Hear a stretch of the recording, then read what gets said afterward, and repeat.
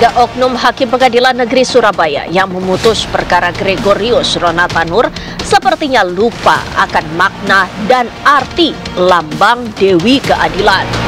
Adalah Erin Tuah Damanik, Mangapur, dan Heru Hanindyo yang menjatuhkan vonis bebas pada Ronaltanur pada 24 Juli 2024 lalu.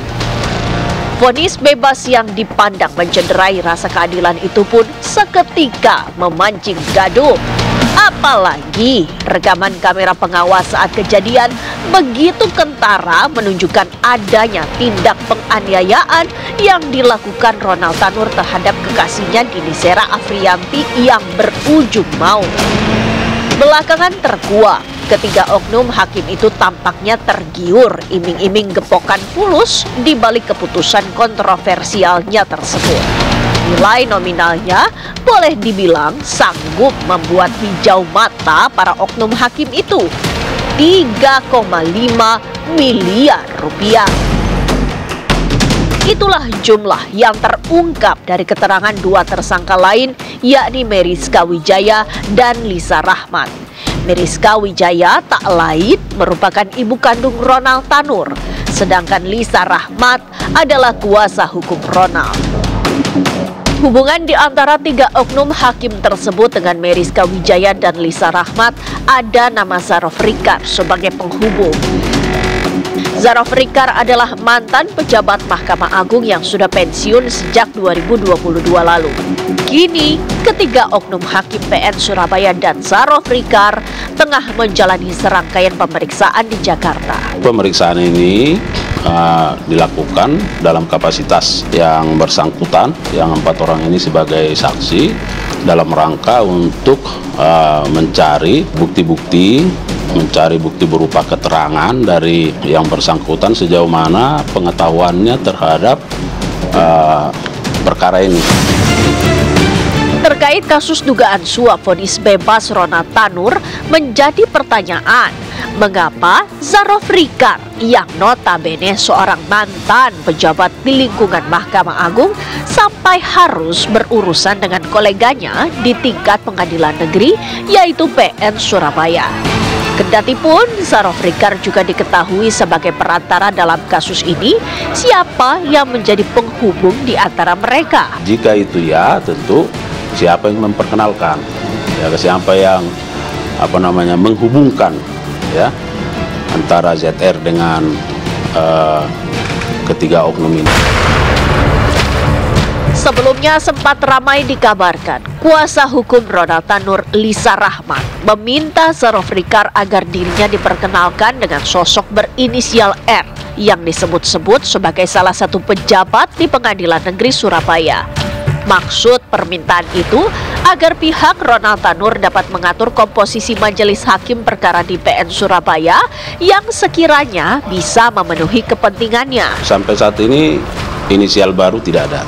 Ya, kemarin Pak Dirdik dalam rilisnya sudah menyampaikan bahwa ada sosok R.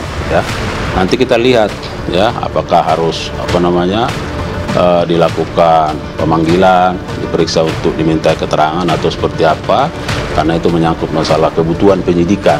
Ya, jadi penyidik yang memahami apa urgensi dari seseorang itu untuk dimintai atau diperiksa, ya, dimintai keterangan atau diperiksa.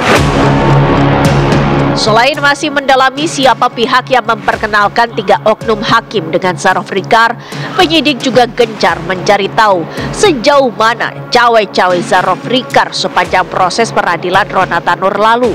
Sebab bukan tidak mungkin Zarof Rikar sudah unjuk peran sejak proses persidangan di tingkat pengadilan negeri. Kalau kita melihat terkait dengan ketiga hakim ini dan ZR, tentu kita tahu bahwa ZR ini adalah seorang perantara, ya. Nah, oleh karenanya penyidik sedang mendalami apakah ZR ini sesungguhnya berperan sejak pada tahap proses persidangan di tingkat pengadilan negeri. Nah, itu, ya. Sejauh mana perkenalan antara ZR dengan ketiga oknum ini? Apakah memang bahwa ketiga oknum hakim ini sudah mengenal ZR atau ada keterkaitan dengan penanganan perkara sejak di Pengadilan Negeri Surabaya. Ketika LR menyatakan kepada ZR untuk dihubungkan, ya kan, dengan Pengadilan Negeri Surabaya, dalam konteks apa? Supaya memilih majelis, ya kan? Ya, apakah ada pengaruhnya atau ada peranannya, itu nanti yang akan digali.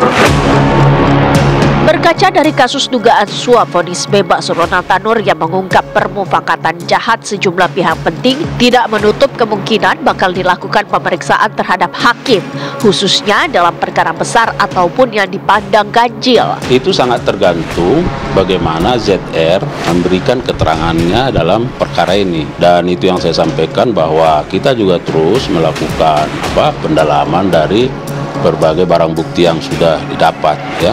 Apakah misalnya ada petunjuk-petunjuk yang bisa digunakan, ya, untuk mengkaitkan antara hubungan ZR dengan pihak-pihak lain.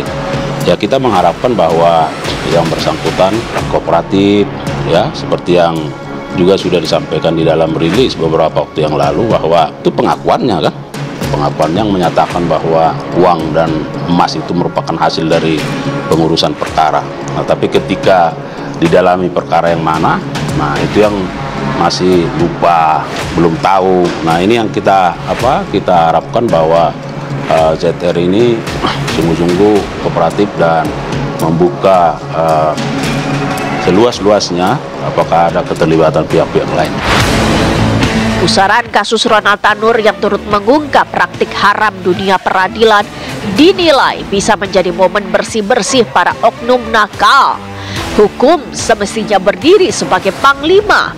Saat itu terwujud, di sanalah senyum Dewi keadilan mengembang.